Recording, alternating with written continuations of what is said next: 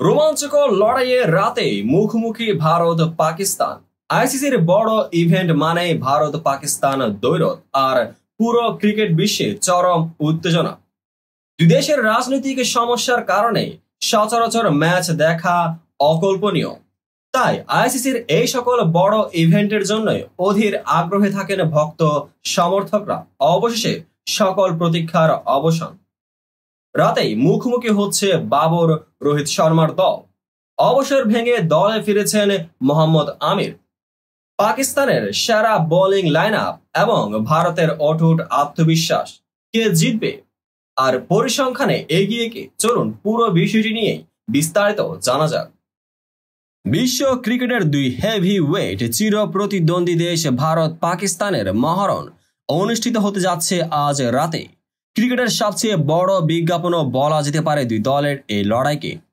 টি-20 বিশ্বকাপে পাকিস্তান শুরুটা করেছে হুচট খেয়ে, তাই প্রতিপক্ষ যেই থাকুক তাদের জয়, অন্য কিছু ভাবার সুযোগ নেই। অন্যদিকে প্রথম ম্যাচে জয় পাওয়া ভারত রোমাঞ্চকর এই লড়াই অবশ্য অপরাজয় থাকার লক্ষ্যেই নামবে। নিউ ইয়র্কের নাসাউ কাউন্টি আন্তর্জাতিক ক্রিকেট স্টেডিয়ামে বাংলা সময় রাত 8:30টায় শুরু হবে ম্যাচটি। সীমান্তের উত্তেজনা ও রাজনৈতিক বৈরিতার কারণে ভারত পাকিস্তান প্রায় 17 বছর দ্বিপাক্ষিক কোনো সিরিজে মুখোমুখি হচ্ছে না। ফলে এমন মর্যাদাপূর্ণ লড়াই দেখতে ক্রিকেট বিশ্বকে অপেক্ষা করতে হয় আইসিসি কিংবা এশিয়ান ক্রিকেটের কোনো মেগা আসরের দিকে। যুক্তরাষ্ট্র ওয়েস্ট ইন্ডিজে চলমান টি-20 বিশ্বকাপ সেই সুযোগটি করে দিয়েছে। টি-20 বিশ্বকাপের প্রথম আসরে দুই ফাইনালিস্টের লড়াই দেখতে মুখিয়ে আছেন কিংবদন্তি ক্রিকেটার। বিশ্লেষক থেকে শুরু করে সবাই যে অপেক্ষা বিশ্বকাপের সূচি ঘোষণার পর থেকে শুরু। এমন ইতিহাস, গৌরব ও মর্যাদার ম্যাচে শেষ পর্যন্ত যে জিতুক, জয়টা যে আসলে ক্রিকেটারই হয়। যদিও দুই দলের শক্তিমত্তায় বর্তমানে বেশ ফারাক। ভারত আমেরিকান মাটিতে পা রেখেছে টুর্নামেন্ট অন্যতম ফেভারিট হিসেবে। অন্যদিকে আনপ্রেডিক্টেবল পাকিস্তানকে ধরা হচ্ছে ডার্ক হর্স হিসেবে। দুই দলের মুখোমুখি লড়াইয়ে পাকিস্তানের আধিপত্য থাকলেও বড় টুর্নামেন্টে বাবর আজমদের কাছে ভারত একটি জুজুর নাম। সংক্ষিপ্ত সংস্করণে প্রথম মেগা আসরে তারা শিরোপা খুঁয়েছিল রোহিত শর্মাদের কাছে। যদিও 2017 চ্যাম্পিয়ন্স ট্রফির পর 2021 টি-20 বিশ্বকাপে ভারতকে হারিয়েছিল পাকিস্তান। তবে 2022 টি-20 বিশ্বকাপ এবং 2023 ওয়ানডে বিশ্বকাপে জয় গেছে ভারতীয়দের পকেটে। সর্বশেষ এশিয়া কাপে গ্রুপ পর্বে পাকিস্তান জিতলেও সুপার 4-এ জিতে ভারত ফাইনাল খেলেন। এরপর শ্রীলঙ্কাকে হারিয়ে রোহিত কোহলিদের হাতে এশিয়া সেরার মুকুটও উঠে। 2011 ওয়ানডে বিশ্বকাপে ভারতের কোচ ছিলেন গ্যারি কার্স্টেন।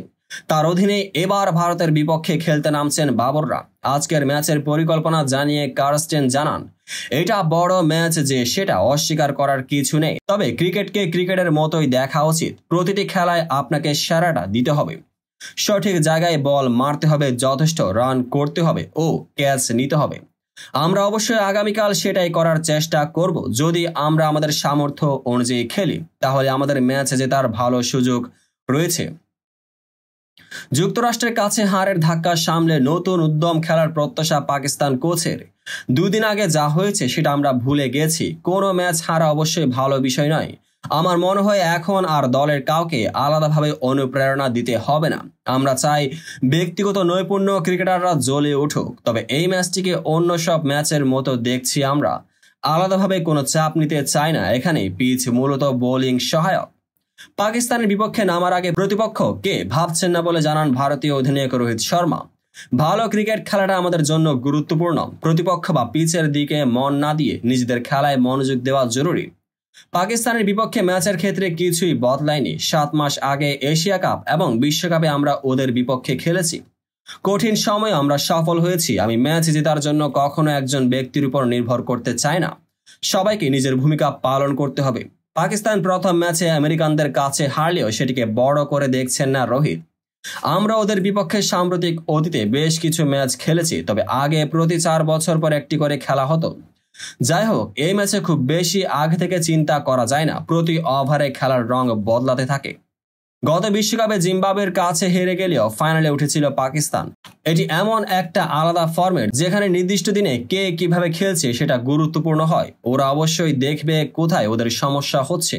তো বন্ধুরা, ভিডিওটি যারা সম্পূর্ণ দেখেছেন সবাইকে অসংখ্য ধন্যবাদ। ভিডিও শেষে কমেন্ট সেকশনে আপনার মতামত জানাতে ভুলবেন না, আর চ্যানেলটিকে সাবস্ক্রাইব এবং পেজটিকে ফলো করে পাশেই থাকবেন যাতে পরবর্তী ভিডিওর সকল নোটিফিকেশন সরাসরি পেয়ে যান। দেখা হবে পরবর্তী ভিডিওতে।